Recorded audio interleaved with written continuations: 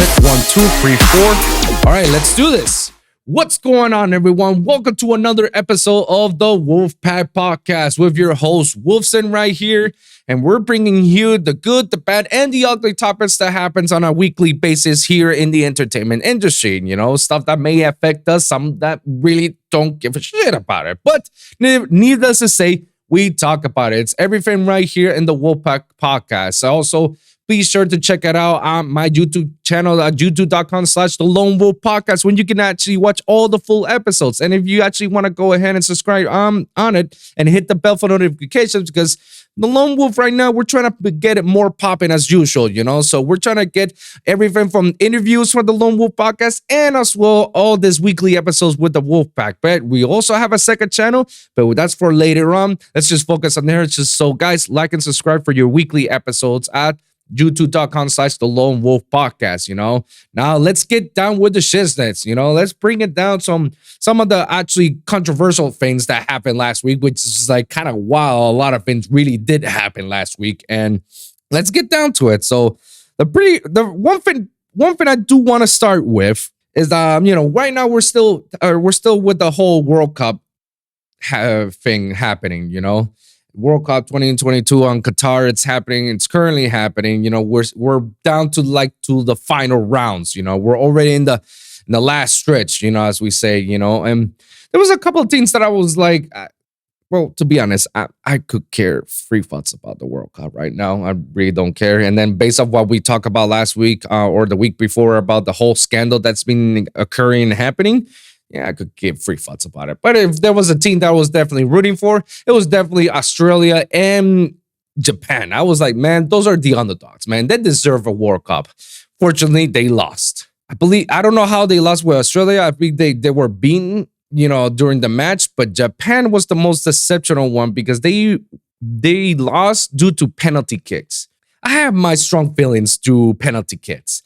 I believe it's like the dumbest shit that I can ever build on soccer, because doing a penalty kick is basically the easiest way for you to win, or maybe it's the easiest way to lose. It's a 50-50 shot. And I get a lot of soccer fans is like, yeah, but you know, the anticipation or the, you know, this is how you make it or you break it. I'm like, yeah, that kind of sucks, because then all those 90 minutes, you know what? Not the 90 minutes. The overtime that you win above the 90 minutes is like, I think it's like 120 in total. All those 120 minutes of you playing just to get one goal, and it goes down on penalty kicks. Yeah, that sucks, bro. Like I cannot really have my game depending on penalties, bro. Because again, it's a win or lose. You know, anybody can win or lose on this particular case, and that sucks to me. You know, and that sucks that Japan had to lose against Croatia. I mean, kudos for Croatia for making it.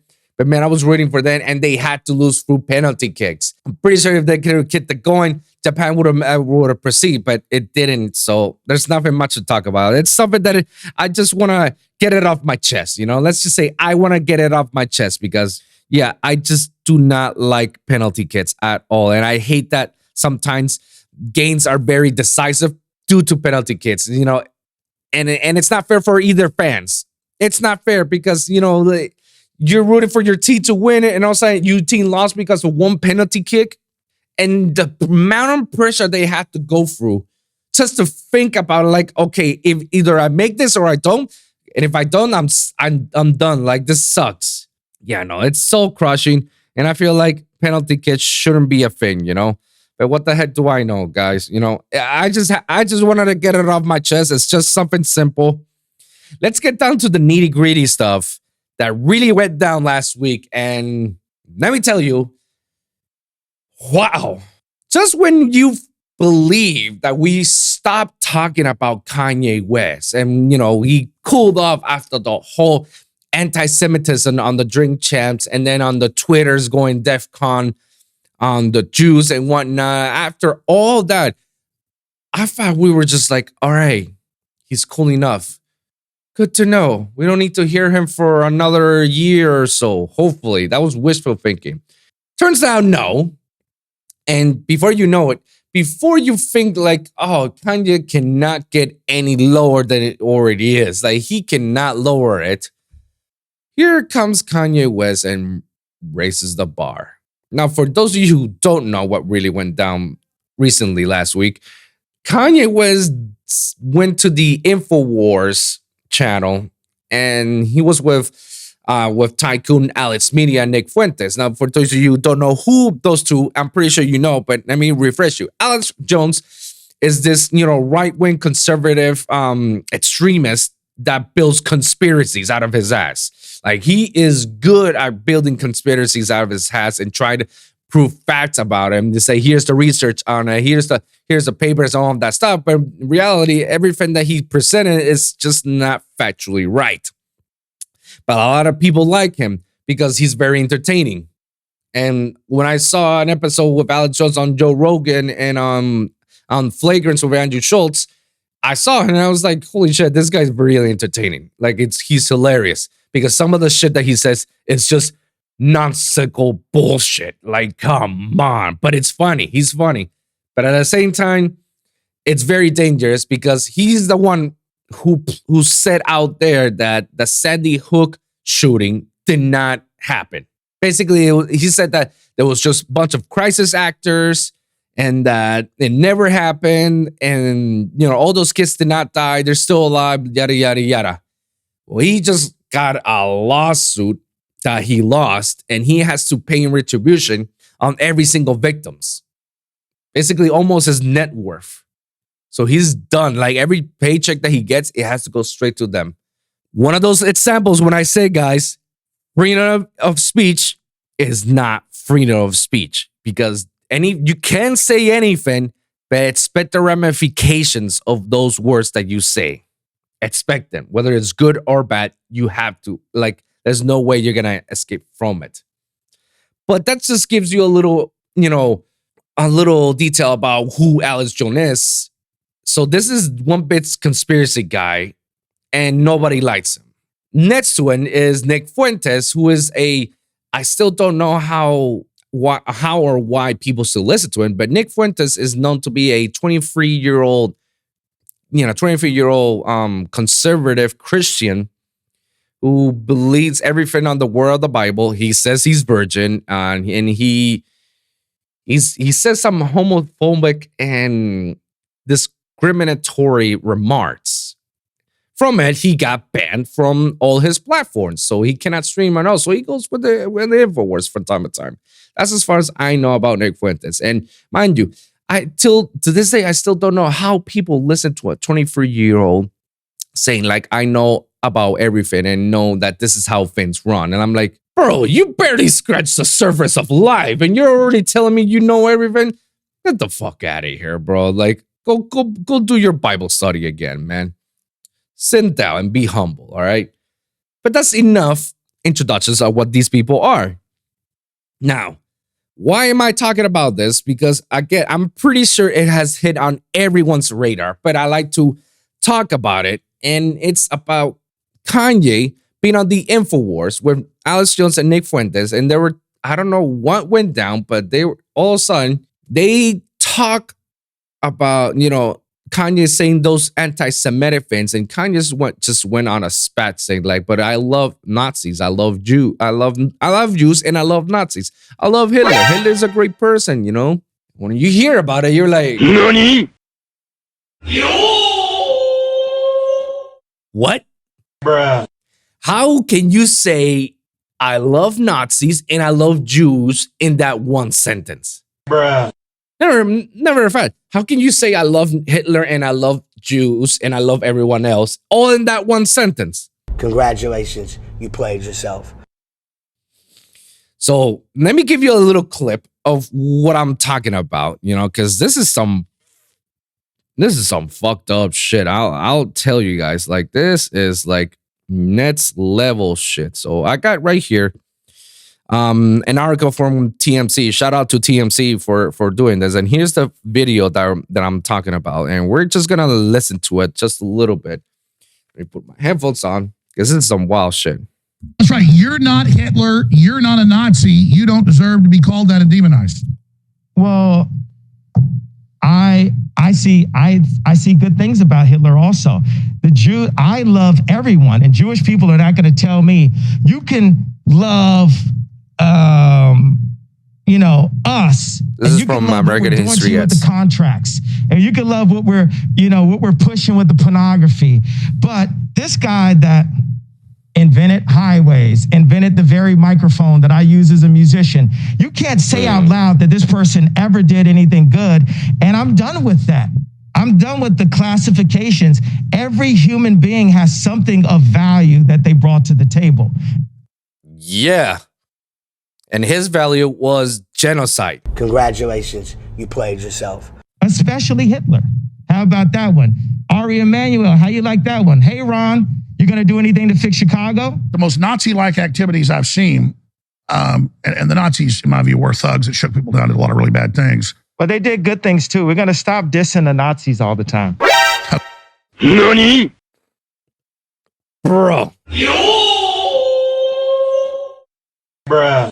If a conspiracy guy like Alex Jones, who's an extremist, right-wing conservative, tells you that what the Nazis did were a bunch of thugs and they're bad people and whatnot, that's how you know Kanye went on the hell deep end.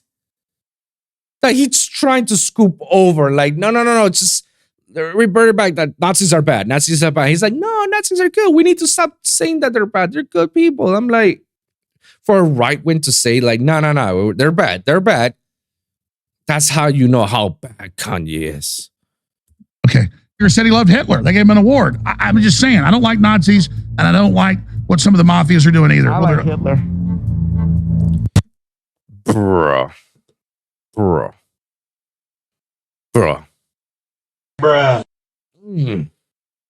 Hitler invented microphones.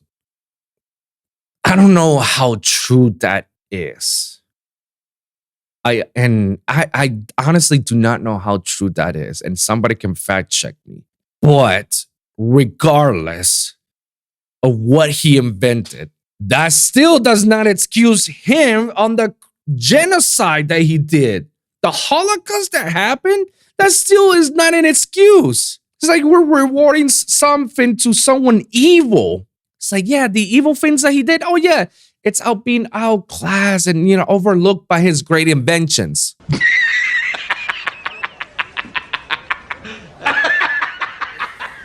You serious? I'm not gonna talk much about this, but let me say this. Kanye, Ye, you, Wes, yeah. Shut the fuck up forever. Honestly, just shut the fuck up. Because at this point, you're just digging your own grave. And that's just one clip of TNC. I saw several clips already. And like I said, Alex Jones was trying to hey, Kanye, no. He was trying to reel him back. It's like, yeah, no, but you got to understand, Nazis are bad and Hitler is bad, and this and that. And Kanye is like, yeah, no, Nazis are great. I love them. I love Hitler and everything. Wow. Okay. She belongs to the street. Shut the fuck up forever, Kanye.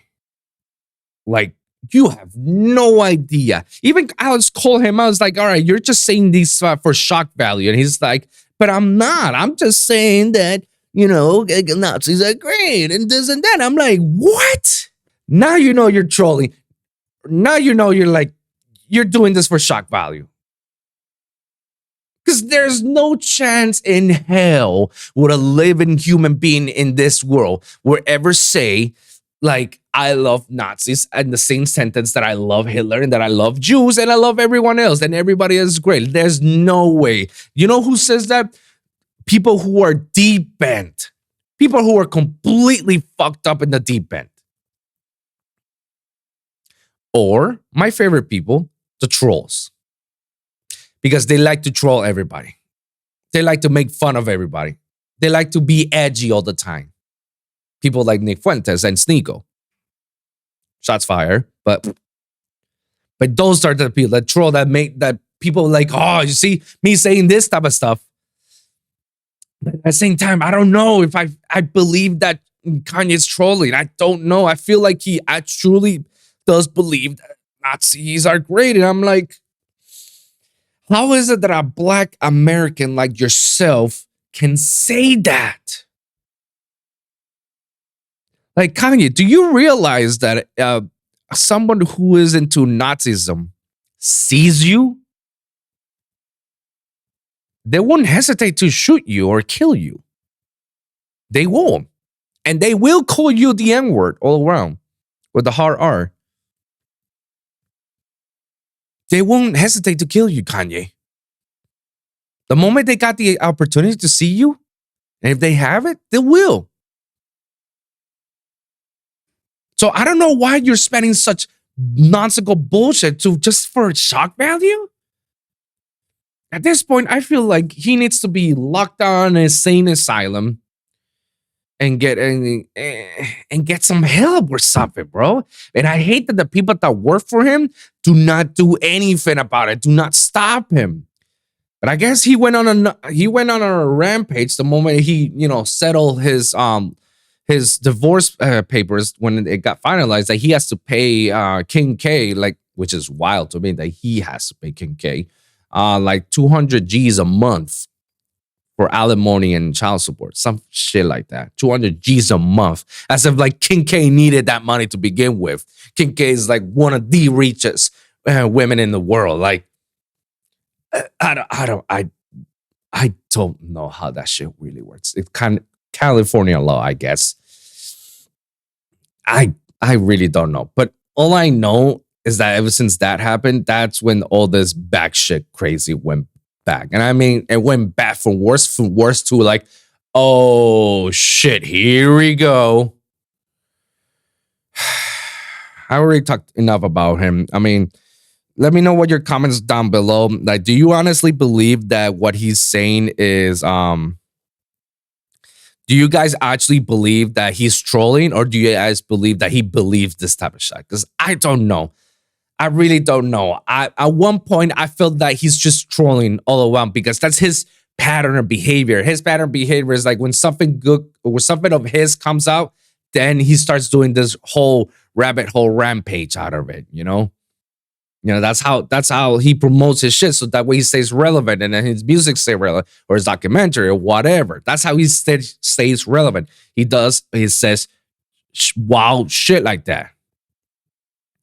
But I don't know. That's what I was led to believe, that he's just doing this on purpose for, to get his word of mouth. And it made sense. It makes sense if you think logically, like, when you say shit like that, you're trending all around. I mean, you have everybody and their mothers covering this story. Any publicity is good publicity, I guess, But if it's not, then holy shit, guys, like, somebody get Kanye and get him some help. Because if not, he's going to dig his own grave even way worse. My God, that's just horrible, horrible, horrible, what he said. Speaking of music, Ultra Music Festival 2023 has been released. The first phase of the lineup has just gone out there, guys. So that's right. Anybody who's into the EDM scene and wants to go back to Miami and go to Ultra, man, good news, guys. The lineup has finally been revealed. I believe there's one more phase to reveal the full lineup, but this is already the pre-show of the lineup. So let's get down to check out what we got right here. Here's the Ultra website. Here's the first people about it. All right, so this is like the headliners from A to Z. I guess these like the big people. Oh shit, Harwell's back. So he did unretire. Huh. And then you got the second phase of the lineup, which is these guys, which is a lot of people actually. And then, wow, Swedish House Mafia is coming back. And then we got one more, and then there's your full lineup. What are my thoughts? Quick thoughts about this. Here's the thing, guys. There was a time in which I get excited for Ultra because holy shit, it's Ultra Music Festival. Who wouldn't get excited, And I used to work for them, and not non-promotion, but in building these stages. When I was a freelance gig on doing that type of stuff, and it was great experience and very, very dope.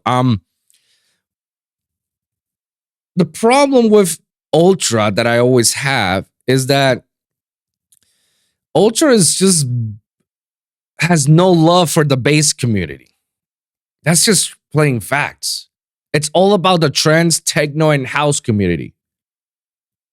Everything else is like whatever, whatever. And I have a problem with that. Why? How can you call yourself a music festival and you don't show any love or appreciation to the other genres? Especially the bass genre. And bass, I'm talking about dubstep. I'm talking about the hybrid traps, the lo-fis, the drum and bass, like all that stuff. They don't have that much love with them. It's all about house, techno, and trance. And I get that's where a lot of the money is, but EDC, Sunset Music Festival, and before it went out of business, Life in Color, they have a little bit of everything. And they mixed it up. Ultra's probably, and even, because even Tomorrowland, they actually do have some love for bass, for the bass community, because a lot of bass producers are from Europe. So obviously they're going to put some of them over there in their lineup. Here, it's just sad overall. It's really sad that you don't see that much love. I only saw like 3 or 4 people from the bass community that I know they're going to be there. And that's it. That's like, damn, that's pretty much it. So I may be biased, guys. I may be biased. But when I look at this lineup, I just see like it's all house people, It is like there's nothing that I can say like, wow, okay. So let's look at that from beginning to end. So obviously we got, I don't even know who these people are. And I could be biased again, guys. Sorry.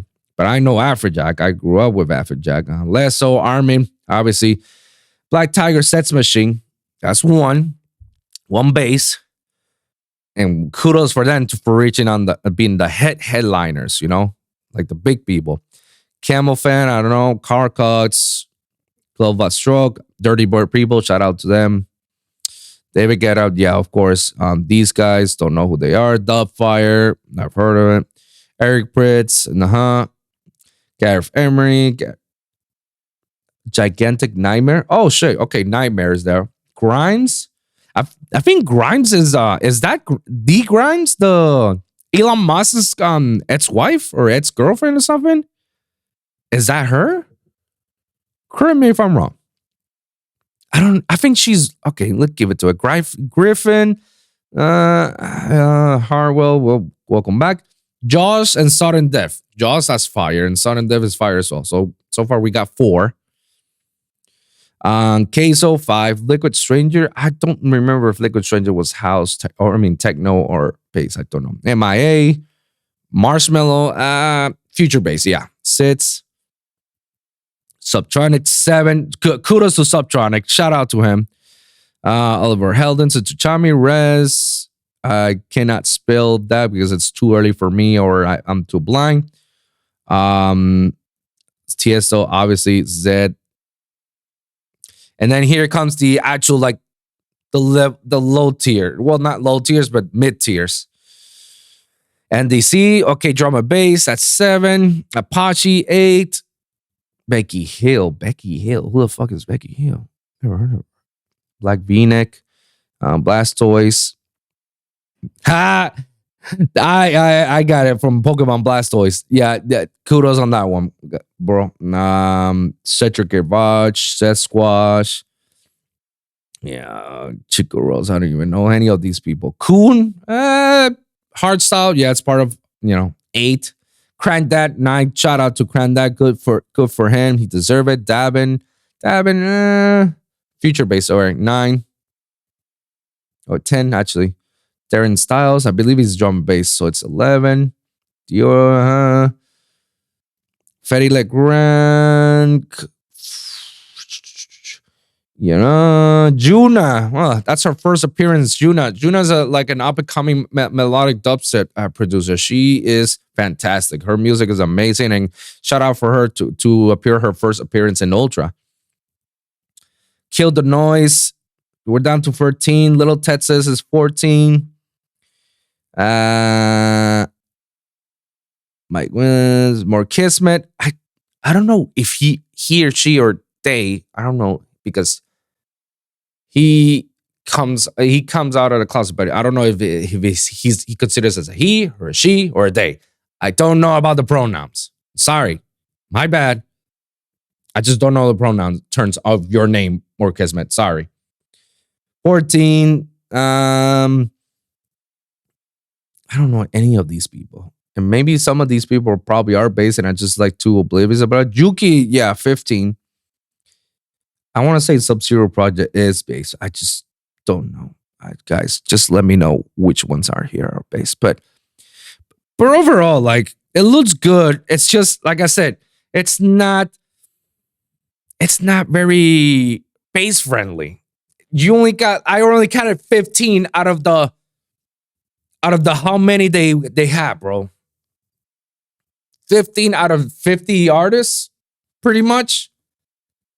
That's some love because there's like at least 10. There's at least like 20. There's like 20 of techno trance and house. And sometimes some of those artists play those other genres. So it's like, I don't know, guys. Maybe I'm being biased about it. I don't know.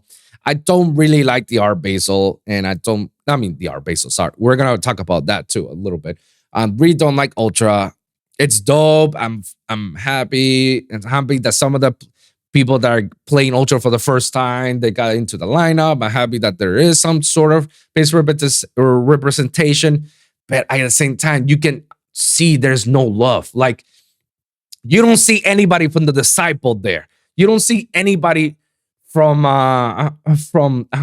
Monster Cat, more or less, to be in those. Like, probably one or two, like Crank Deck and Davin were probably the only ones, or Black Tiger Sets Machine, or even for Cannibal. But even then, they don't have anybody there. You don't see anybody from DPMO. Where's the DPMO vibe? How about the Future Rhythm people, like, you know, from Chimes people, or Ace Aurora, you know? Where's those people, you know? Where's the people from all these bass labels, you know? The dead people for Never Say Die, but you know, they're no longer a label. Where's Somboy? Where's Must Die? Where's Dr. Ozzy? Where's Odd Prophet? Where's all these guys? Where are they? They're not in the lineup, but I can rest assure you that they're definitely in the lineup for Tomorrowland. And they're definitely going to be in the lineup for Sunset Music Festival. 100% guarantee. That just shows you how much no love has been given to these guys. And that's the consumers and, you know, the fans' perspective of it.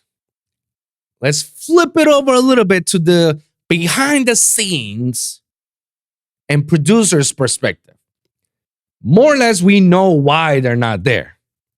Most of them, they cannot be booked on Ultra. Why? Because a lot of these festivals, they have this dumbass competition with each other that if they book a certain artist, that artist has to commit with them, and they cannot be booked 90 days before or and after they were released from the festival. And they cannot be performing anywhere near the vicinity of I don't know if it's 100-mile radius. I think it's like 25 or 50-mile radius. Some ridiculous amount. 90 days prior and after of the festival. NANI? Yep. That is the honest truth of why. So if you were always wondering how is it possible that Zomboy hasn't been played in Ultra in years, that's because Zomboy rather go to Sunset Music Festival, which doesn't have that many clause. It has like a 45-day clause, and he can perform in other places outside of Sunset afterwards. It has more opportunities versus doing it in Ultra. Ultra, you're like slammed down with like, no, you gotta be here, and no, you cannot play anywhere outside of it. Those are some of the clause. And I've talked to a lot of promoters and a lot of artists about these terms of contracts when they're doing music festivals. And you are always wondering, how is it that I don't see you on this festival and I don't see you on this festival and whatnot? It's because of that.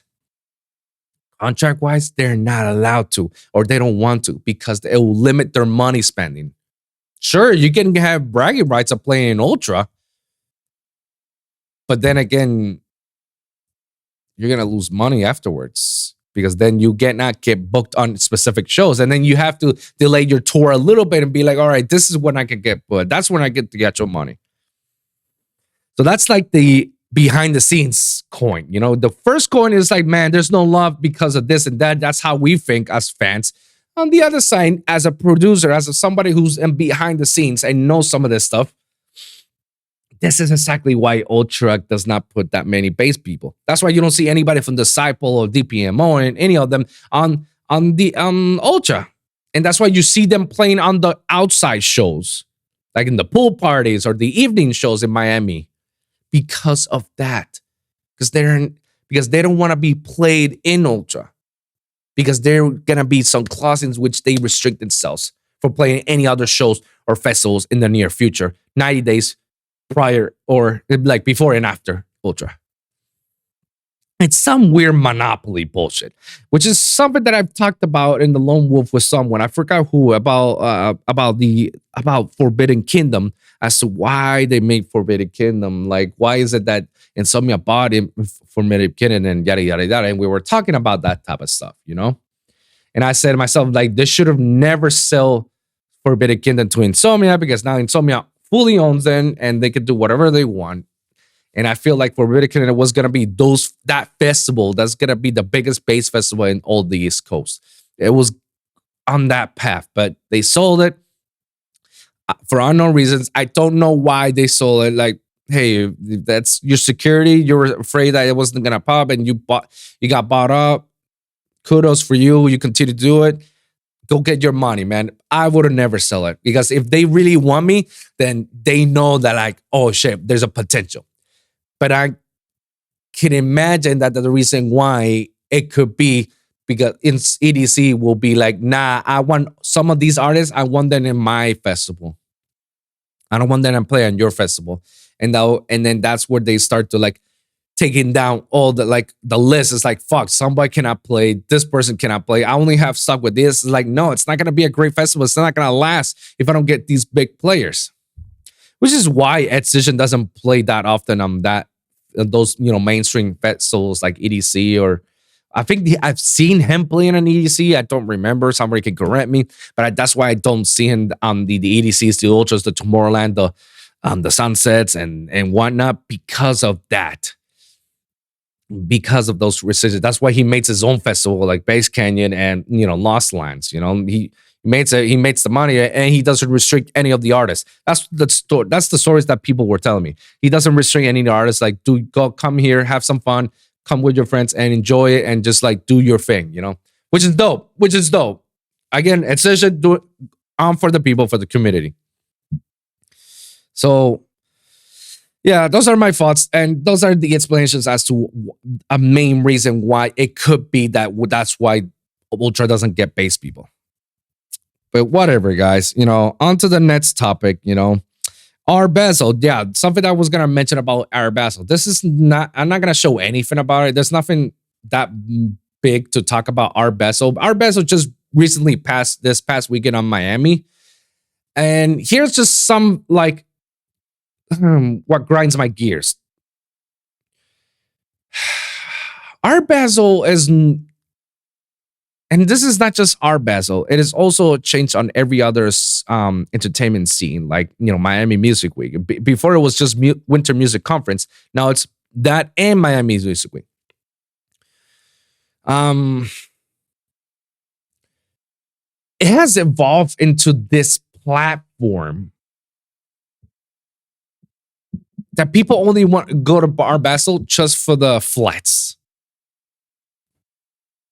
Just to flex around people, say like, I'm with so-and-so, I'm with so-and-so. And this is something I was talking with somebody about it, because it's like, it's no longer about like, look at this art, look how cool this art is, and look how wonderful this piece is, how much we can appreciate it. No, everybody's like, I just want to go to the hottest parties, get lit, and be known that I'm associated with this people, and so on and so on. It's a network base, basically.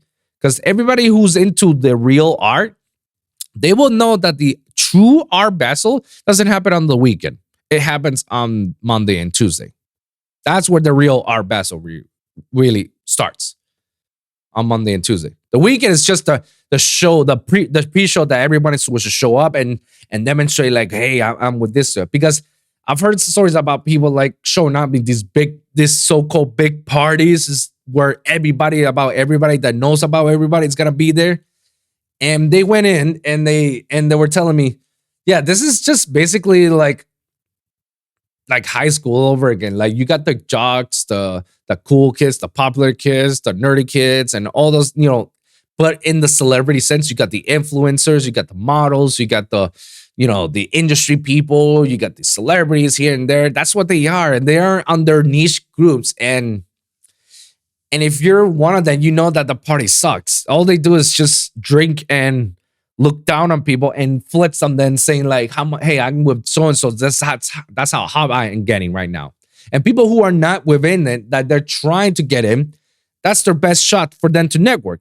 And kudos to those people who are trying to network, just, to make some business left and right, because that's, basically what it is. But let's not kid ourselves that we're here to see art. Let's not bullshit each other, bro. We're only here to network, and that's it. See what this person can help me on what. See if this person can hook me up on something. See if I can hook up with someone. I like to say, oh, I slept with this influencer, or I slept with this celebrity or whatnot. That's what it is. Art Basel is just a flex. It's no longer a place that we can appreciate art. That's bullshit. I remember this one time, this so-called artist, artist as of like a paint or art, he was known as King Saladin.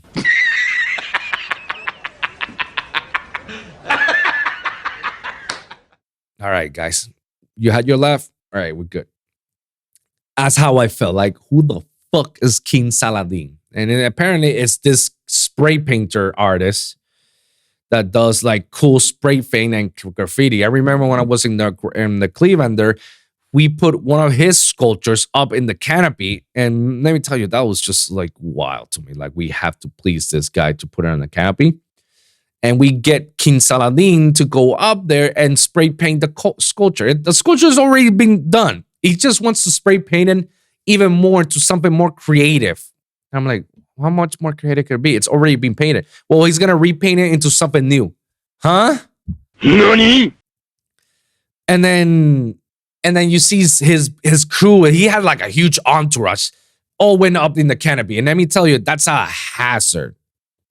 Which is why we signed an NDA, or an NDA indicating like, hey, if something goes wrong with you and you fall, that's on you. You can't sue us. They had to sign it because you have like 20 people up in the canopy just drinking and chilling and talking shit. They're not even part of the King Saladin's, spray painting and crap. No, they were just like talking and shit and looking at him doing his work. Flats, basically. Flats, guys. It made absolutely no sense for having 20 people on a canopy roof just to see one person painting. Flats, basically.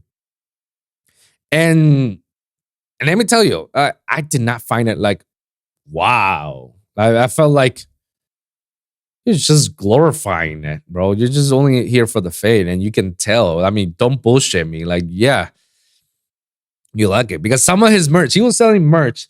I was like, oh, I'm down to buy one of his merch. Like, support, I guess, the struggling artists, struggling.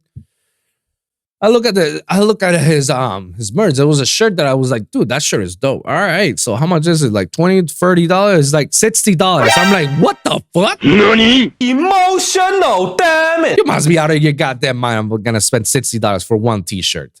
Bro. Even my favorite artists like Zomboy and Knife Party, bro. They don't charge me no more than $25 on a t-shirt. Probably 30 tops. You're gonna go ahead and charge me $60 for one t-shirt? Get the fuck out of here, bro. King Saladin.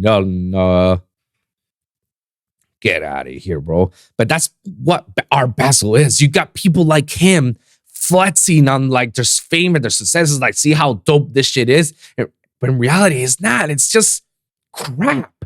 It's just a flex indicating that I'm with so-and-so and I'm with this person and that person and this and that. That's all it is.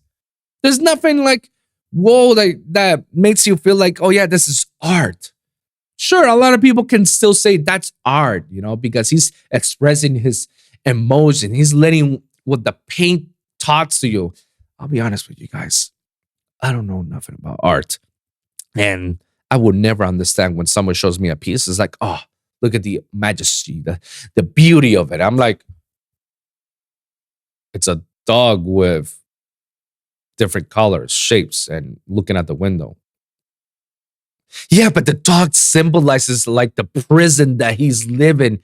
Well, like he sees the outside, the freedom that he can choose. I'm like, Bruh. bro, I want to smoke some of that shit that you do because holy fuck. The first thing that comes out in my mind is that it's a dog looking over at a window on different colors. What kind of high shit you're talking about to me? But normally you see that only on the weekdays. That's where the true art Basel is. On the weekends, it's just partying, just to flex, going on the yachts, going to the matches, going to the clubs. Say like, yeah, that's right. And what's so and so, influencers, celebrities, industry people, you name it. Perfect for a lot of people who's trying to start up and network their asses off to get to know people. That's perfect. But for people like me that's already been there and done that, we can tell you it's a waste of fucking time, energy, and everything. It's not that big of a deal. Oh, it's the hardest artist. It's the hardest show. It's the hardest club right now. No, it's not. No, it's not. It says it's the hottest, but it's because there's like big people out there. That's why they're hanging. And even if they're hanging, like, what's so good about them at that point in the party? Unless you're networking them, Art Basel is no longer, it has lost its meaning to be the Art Basel in Miami. It's just a bunch of people who want to get drunk and get lit and get wasted and get and network each other instead of actually going for the essence of art by going to the actual galleries and appreciate art and whatnot and probably buy a fin or two. I call it as it is, it is what it is, guys. I mean, kudos for everybody who's trying to get a name out there and they try to network. Hey, go for it, guys. I will always encourage people to network their asses off to get to that. But if we're gonna really, really, really talk about like networking and whatnot, guys, be honest about it. You're not there for the art. You're only there for the flights, and that's why I say about Art Basel. On to the next one, guys. Let's talk about movie and TV recaps. There's not really that much of stuff that I want to talk about movie and TV because there hasn't been something like that's like, wow, this week, other than Yellowstone. If you guys haven't have a chance to watch Yellowstone, I highly suggest and recommend for you guys to watch it. If you can't watch it on the online service, then Paramount Plus, then watch it on TV. If you can't watch it on TV, then I don't know what to say. Just create an account and watch it for one day or something. I don't know. Go to Peacock as well. Peacock is free, for everybody who don't know. You can watch some of the Yellowstone episodes. Not the new one. You'll have to wait. But so far, Yellowstone has been going well. I heard people that are like, oh, there's not that much action. I was like, yeah, but you have to understand, Yellowstone is not a action adventure TV show. It's a drama show. That there's scenes that shit happens, yes. But it's all drama at the end of the day. And some of the stuff that they're talking about is actually pretty good. Like some stuff that actually does happen on a daily basis on states that are in the Midwest of America. And people don't really realize that's how things really go down there. Also, like how the whole mafia within the Dutton Ranch family really works is like how much power they have on politicians and governmentals and law enforcement and other ranches and whatnot. It's just crazy. And people from corporate Americas trying to take a piece of land out of it. And they're like, nah, fuck you. It's a back and forth. It's amazing. It's amazing. I highly recommend for you guys to watch Yellowstone. I feel like somebody's gonna die soon. That's my feeling. Somebody's gonna die soon. Someone from the Dutton family. You can tell. Like you can literally tell it's leading up to something like that. Like, and I felt like these guys already had enough about it, but it's like, nah, they just kept it going. And I'm like, well, I mean, good, bro. I mean, what else? What else we gotta do? Oh, I want to talk about these video games before we wrap this thing up. The first thing I want to talk about, Crisis Core is coming up this week. For those of you who don't know what Crisis Core is basically Final Fantasy VII Crisis Core Reunion. That's right, guys. They actually did a reunion, a remake of the original Crisis Core that came about in the PlayStation Portable, like PSP, for those of you who weren't in that era. And man, that was one of my favorite PSP games of all times. You know, Crisis Core was wow, on point, you know. So they're releasing this week the remake version of it for PS4 and PS5, you know. Here's a trailer of it for those of you who don't know what I'm talking about. It's pretty dude, like the cinematics, the whole like the whole gameplay out of it, it's just on point. And I feel like, holy crap, this is actually pretty good. To make it a remake of like look at the difference from a PSP to a PlayStation. Like this is the original one that I played. Now look at the remake version of it. Beautiful. It's gorgeous. They did an absolutely all new summon cinematics. Oh shit, I didn't know about that one. Wow, these are actually super badass. Wow, look at that.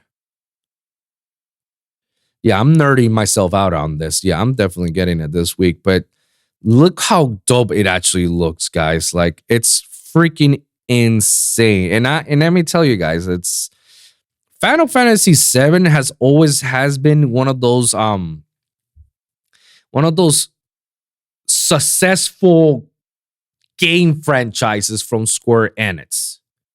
Say what do you want to say about the other Final Fantasy? 7 is the one game that has explored his own origins and expanded much more on the story than it has on any other Final Fantasy game.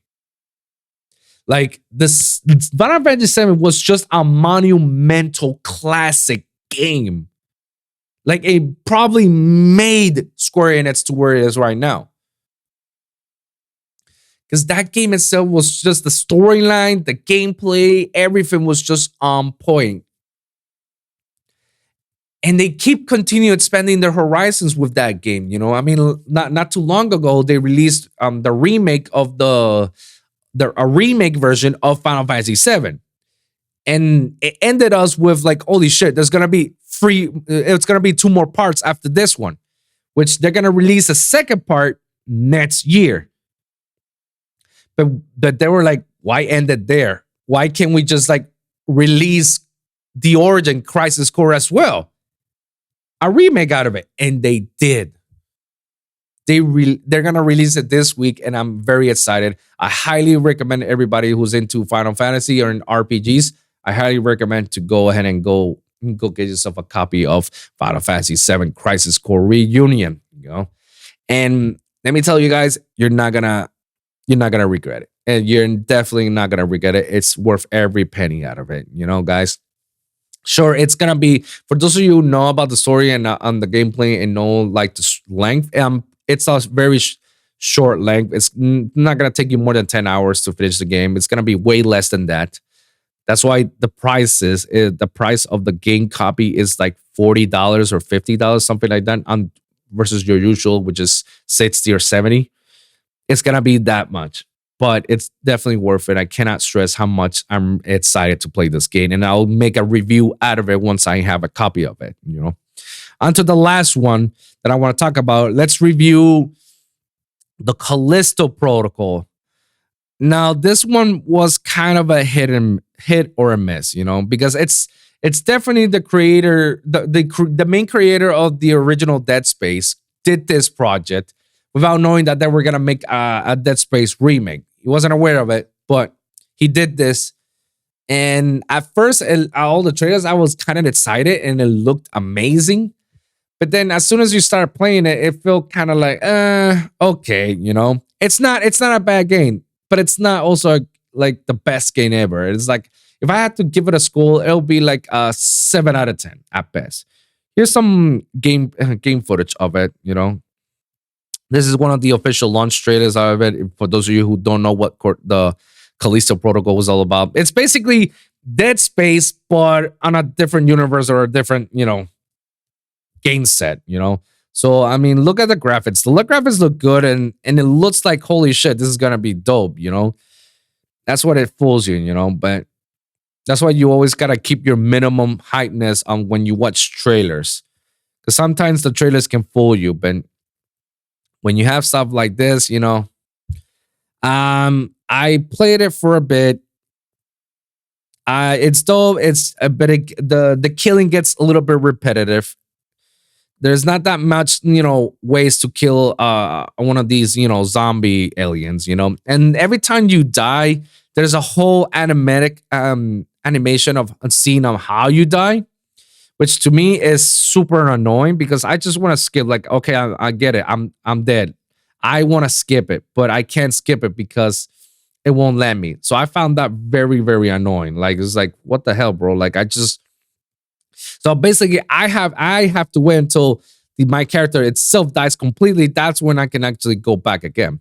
Other than that, some of the gameplays and the game controls out of it, it's fun. At first, it's like kind of like at first it was like kind of like but then you get used to it and you're like, oh, okay, now it makes more sense, And then you handle it. But I feel like sometimes it's just a little bit annoying when you kill him, and there's certain jump scares that you get out of it. It's like there were jump scares, and I was just like, holy fuck, what the fuck is going on? It gets a little bit of annoying, to be honest. At one point, I was just like, all right, I'm done with this, bro. Like, give me something new out of it. Don't give me the same crap over and over. But there's not much that I can ask for it. Like I said, I give it a 7 out of 10. You're not gonna be disappointed when you play the game, but also don't expect to be like 10 hours of gameplay. It'll be like at best 6 hours you'll be playing it through. If you're gonna play the game, it'll be 6 hours. And the jump scares are there, but then it kind of dies out after the second act, and it's annoying when you die because you have to wait for the animations to finish it, and then you can respawn. I don't know. Like, I never played any of the Dead Space games, so this is my first sci-fi horror to play. To be my first is like, I enjoyed it. It was good. But I still give it a 7 out of 10. It's not like fucking Resident Evil. Like, Resident Evil Village was a different monster, or any of the Resident Evil games. That was just a different ball game. And I love what they try to do with this one, Callisto Protocol, and with Dead Space as well. I just felt like Resident Evil takes the notch out of it, I'm looking forward for Dead Space, the remake that's coming up in January. It looks very promising. I mean, it's the original, so I never played the first game, so this will be a good thing for me to play. And I heard that there's some new scenes that they added, so it's like even better for me. But yeah, the Callisto Protocol, dope. It's a good game. 7 out of 10. I still stand by it. I recommend you guys either rent it out on GameFly. Yes, guys, GameFly is still on. You guys can rent it out. You can subscribe for it. Or wait until it comes out like a greatest hits, or wait until it's like less than like $30 or $40, something like that to get it. That is my final thoughts, guys. So we're gonna wrap this up right here, guys. First and foremost, thank you guys for always supporting my channel, and don't forget to like and subscribe for your weekly episodes at youtube.com/The Lone Wolv Podcast, where you can check all my latest episodes with the Lone Wolv Podcast and the WOLVPVCK Podcast. Every week, there's brand new episodes with brand new topics to talk about, guys. So comment down below. Let me hear your thoughts. Share your experiences. Let me know if there's a certain topic that you want me to cover. Let me know in the comments down below, and I'll do my best to talk about it on the next episode. So, guys, thank you guys very much for tuning in, and we'll see you guys on the next one, all right? Peace.